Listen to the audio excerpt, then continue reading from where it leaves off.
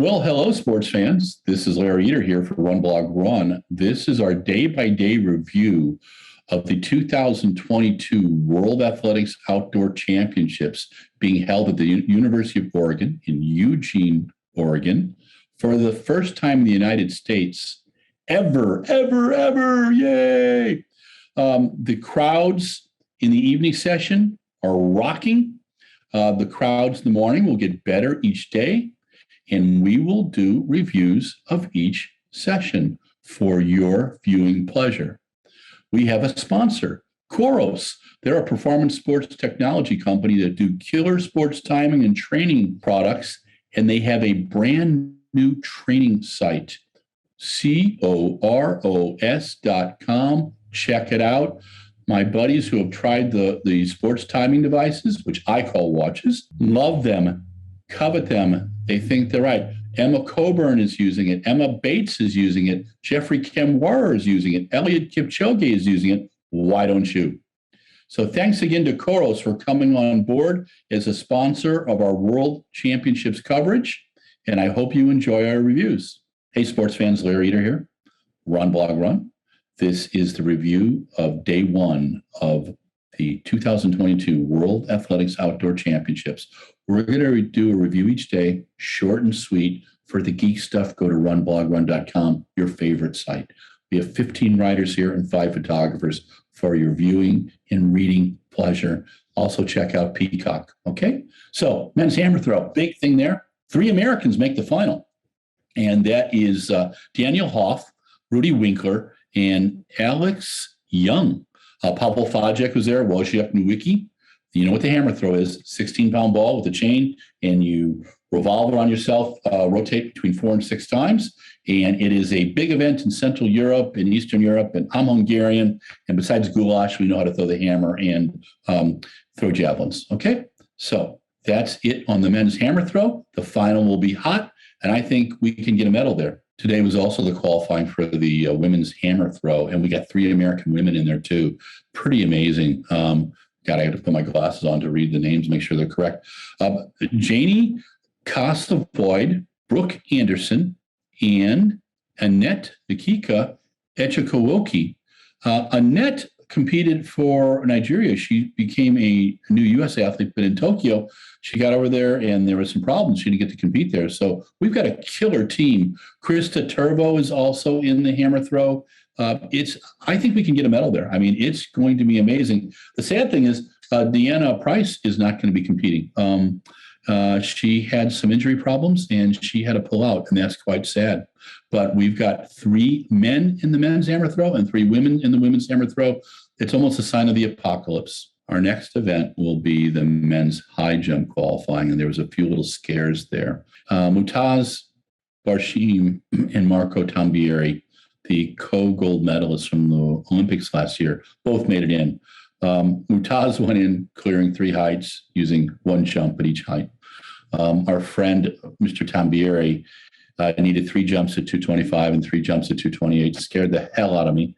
And the crowd went crazy when he cleared 228. Sang-Wyeot Woo, the world indoor champion, was the biggest qualifier.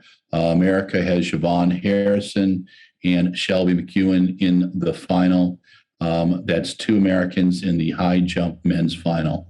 The women's 20K was a curious race. It's the 20K race walk, 12.4 miles. It was a 1K loop. So they had to do 20 of these loops, 40 turns.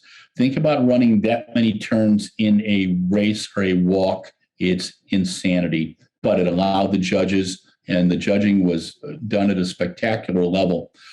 Kimberly Garcia Leon for Peru won the 20K. She pushed from the beginning, pushing Shi Jiankang, the London 2012 Olympic gold medalist, out of her comfort zone. Leon took the big lead at about 16K and just motored to the finish, 1:26.58 for a national record in the first World Championships for Peru.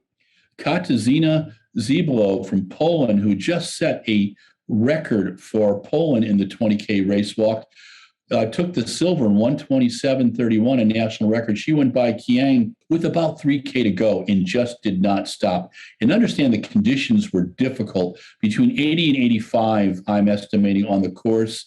Again, 1K loop in the sun by Autzen Stadium. Bronze medal was Shi Jianqiang, the London 2012 medalist, 1:27:56. The men's 20K race walk also happened yesterday afternoon and was much hotter. It was won by Toshizuka Yamanishi from Japan in 1:19:07, Koji Aikida from Japan in 1:19:14. A huge battle for the bronze medal as Perseus Karlstrom, this monster of an athlete. The guy looks like a discus thrower. He went by Samuel Gathimba from Kenya, who looked to be give Kenya its first race walk medal. Samuel Katimba finished in 1:19:25, 7 seconds behind Perseus Karlstrom in 1:19:18. It was a tough walk, 1K loop, 20 of those, and they were going about 3:50 a kilometer, which runners know is pretty damn quick as well. The judging was spectacular. They pulled people off.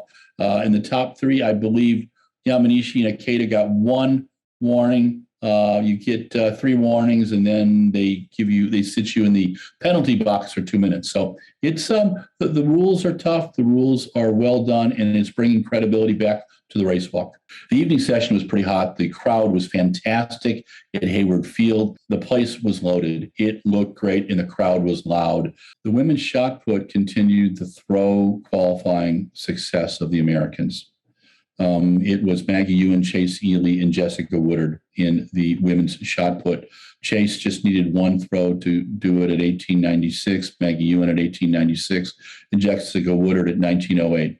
Chase Ely is going to have to watch out for Li Zhao Gong at 19:51, Sarah Mitten, 19:38, Ariel Dongmo, the world indoor champion at 19:38 as well, and Jessica Schilder at 19:16. But I think all that Chase cared about was getting into qualifying and controlling her energy. In the men's shot put, the battle of the big boys, 16-pound balls throwing over 70 feet. Ryan Krauser, of course, 22:28. He put it out there. He was a meter over the qualifying mark. Joe Kovac, second, 21:50. Tom Walsh from New Zealand, 21:44. Nick Ponzio of Italy, fourth, 21:35. Josh Awatundi of the U.S., 21:18. So 3 Americans in the final.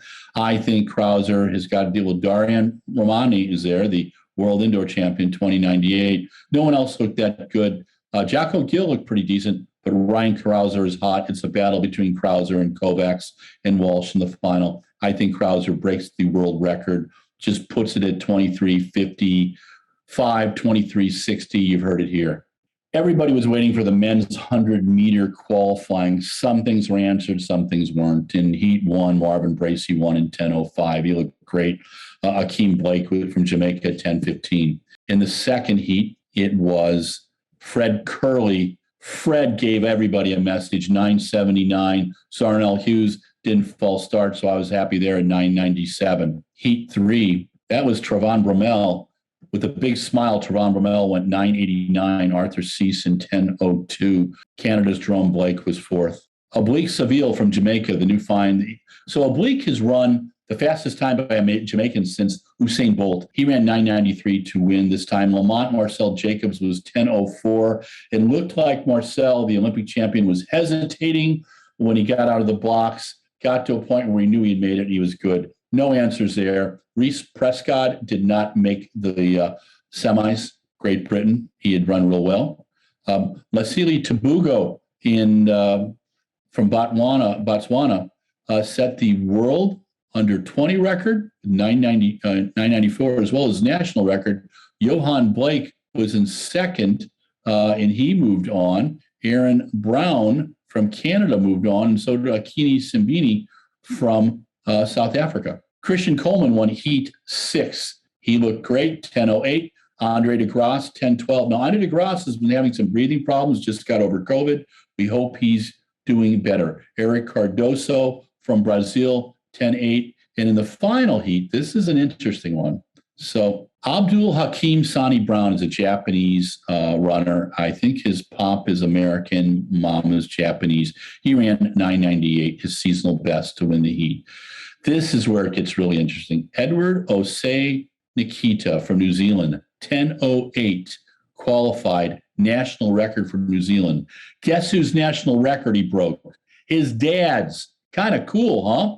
I have never heard that one before. And it even gets stranger. Ferdinand Omanyala, Kenya, 10:10, the African champion, in third place. And you're going, Larry, 10:10, that's a snorer. I could, floss my teeth before he finished. Au contraire, mes amis. Ferdinand got totally hosed on his visa, got in 3 hours before the race, and he still kept his shit together. Ferdinand, you're on my pinball team. I'm picking Ferdinand for a medal. You've got to watch out for this guy. He has serious wheels. All of Kenya's behind him. When he beat Fred Curley at the Kip Keino Classic, the place went insane. The stadium rocked. That 100 semifinals on day 2 is going to be incredible. In the women's 1500, what you need to know is Elle St. Pierre, Sinclair Johnson, and Corey McGee made it in there. Yes, Faith Kipyegon is going to be awesome. Laura Muir looked the best of the group. That will be a hot one. 2 Americans made it in the steeple, the men's steeple, Hillary Bohr and Evan Jager. Evan looked fantastic, like his old self. I think Evan can medal. I think Hillary can be in the top 6. This is Evan Jager's moment. I've got my fingers crossed. I was there in 2015 when he hit the last hurdle and still went 8 minutes, 64 seconds, or 8 minutes, 0.0045, the American record. It was a brilliant race. It was his time chasing the sun. He's got Sufyan El Bakali. He's got a fit Leonard Bett, and he has got, there'll be some surprises. Maharma Gurma, I think, is going to be in there. I think it's Gurma, Bakali, and Jager, and you've heard it here. 3 American women in the pole vault qualified on. Katie Najia, the Olympic champion, at 450. She was very happy. She's having some Achilles issues. Her training partner, Sandy Morris, 2-time world indoor champion, the woman I think will win the gold, qualified, and as did Gabrielle Leon in third. Who to watch out for? I think Stefanidi. I'm very sad to see that Holly Bradshaw will not be competing. Her pole shattered. She hurt her wrist. She hurt her back, and she withdrew from the competition. Well, the only final on the evening session was the mixed 4x400. The way it works is man, woman, and it was a barn burner. This was to be scripted for American TV virtually. The U.S. team, Elijah Goodwin, Allison Felix, Vernon Norwood, Kennedy Simon, that was the team. What we had heard during the day was that Allison was going to anchor, and they changed it at the last minute and put Kennedy Simon, which I think was just cruel to her. The U.S. team battled Dominican Republic and Netherlands. Actually, Netherlands sat back. It came down to, for the Netherlands, Femke Bol, who almost stole the entire thing. On the last 30 meters of the final leg, Fiordicia Cofil from the Dominican Republic went by Kennedy Simon, who began to collapse. Then Femke Bol came by Simon and almost caught Cofil. The Netherlands team was smoking. So Dominican Republic won in 3:09.82, Netherlands 3:09.90, and the U.S. in 3:10.16. Allison Felix goes out with 19 medals in the World Championships, 13 gold, 3 silver, 3 bronze, total class act. She did great interviews last night. We'll have some stuff up today. And what a way to end the day. The crowd went crazy. Well-planned LOC in World Athletics. And that wraps up day 1 review by RunBlogRun of the 2022 World Athletics Outdoor Championships. This is sponsored by the performance sports timing company, Koros. Please share this with your friends. Talk to you soon, and watch for our upcoming previews and reviews.